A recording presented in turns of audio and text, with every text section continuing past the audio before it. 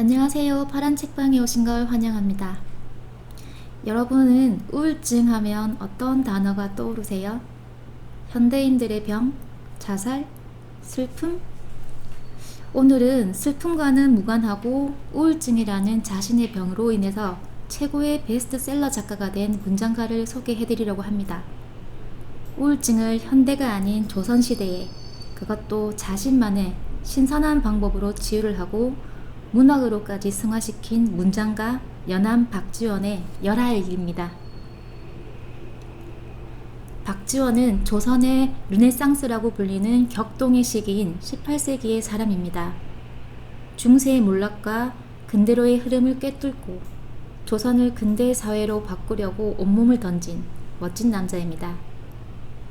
그가 조선 최고의 문학자가 된 배경에는 우울증과 관련이 있습니다.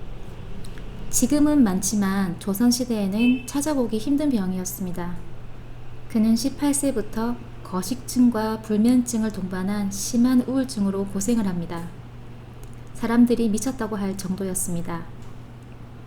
그러다가 민노인이라는 사람을 만납니다. 민노인이 묻습니다. 그대는 머리가 아픈가? 박지원은 아니라고 답합니다. 그러면 배가 아픈가?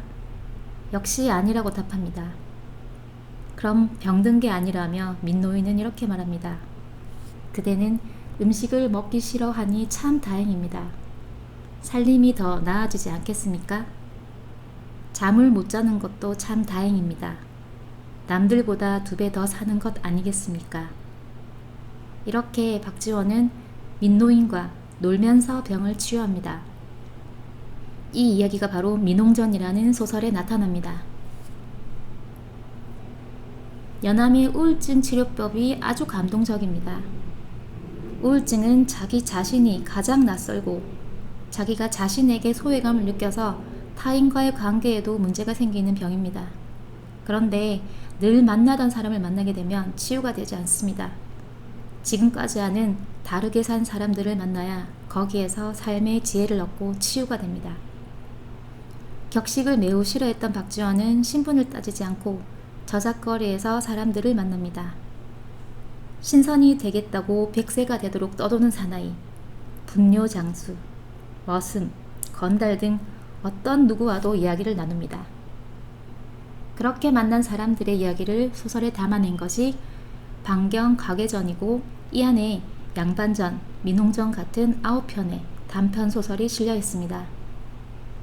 그런 경험들로 해서 당시 양반들과는 다른 시각으로 색다른 삶을 살아가는 계기가 됩니다. 그가 쓴 대부분의 소설들이 잘 말해주고 있습니다. 44세였던 연암은 팔촌형을 따라서 중국 청나라를 다녀옵니다. 열하에서 6일을 보내고 6개월에 걸쳐서 중국을 여행합니다. 집으로 돌아와서 중국 역사와 지리, 풍속과 인물 등을 3년에 걸쳐 엮어냅니다. 이것이 바로 열하일기이고 지금으로 말하자면 세계 여행기입니다. 정규 사신이 아닌 비석격으로 따라간 터라 업무에 시달리지 않고 스트레스 없이 마음껏 자유롭게 쓸 수 있었습니다. 책에는 수많은 기행문과 수필, 소설 등이 잡문 형식으로 씌어 있는데 우리에게는 나디근, 허생전과 양반전 등도 수록되어 있습니다. 그런데 이 책이 엄청난 문제를 일으키게 됩니다. 당시 엄숙하고 진지했던 기존의 문체와는 반대로 너무 자유로운 글이었기 때문입니다.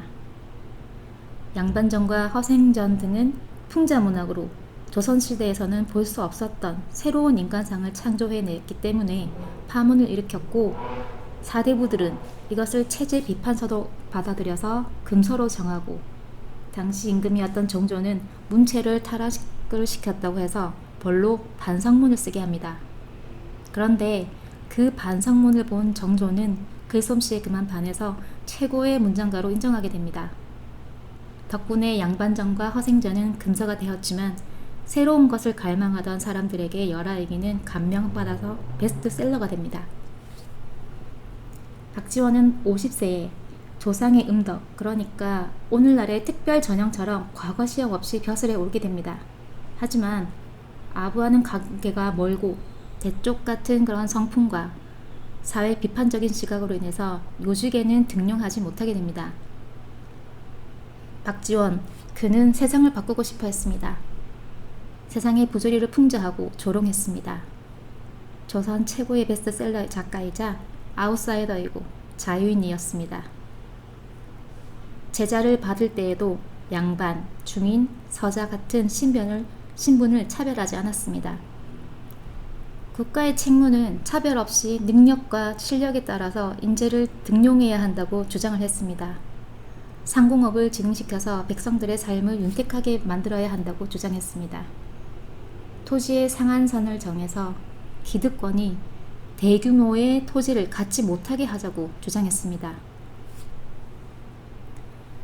하늘이 높고 말이 살찐다는 천고마비의 계절이자 독서의 계절인 가을이 왔습니다. 단풍으로 물든 산과 들, 그리고 예쁜 풍경들로 여행하기 참 좋은 날씨입니다. 박지원은 죽기 전 자신의 모든 친구들을 불러서 대화하며 노는 가운데 죽었습니다. 인생이라는 긴 여행을 우정 속에서 재미있게 놀다간 멋진 사나이였습니다. 연함이 알았던 우울증과 그리고 우정, 글쓰기는 200년이 지난 지금에도 현대를 살아가는 우리에게 삶의 한 가지 방향을 알려주고 있습니다. 이 가을 외로움에 몸부림치지 마시고 진정한 풍류를 아는 멋진 남자 박지원과 세계 어디에 내놔도 뒤지지 않을 여행기로 독서와 여행 두 마리 토끼를 잡아서 더 풍성한 가을이 되셨으면 합니다. 세계 최고의 여행기인 연암 박지원의 열하일기였습니다.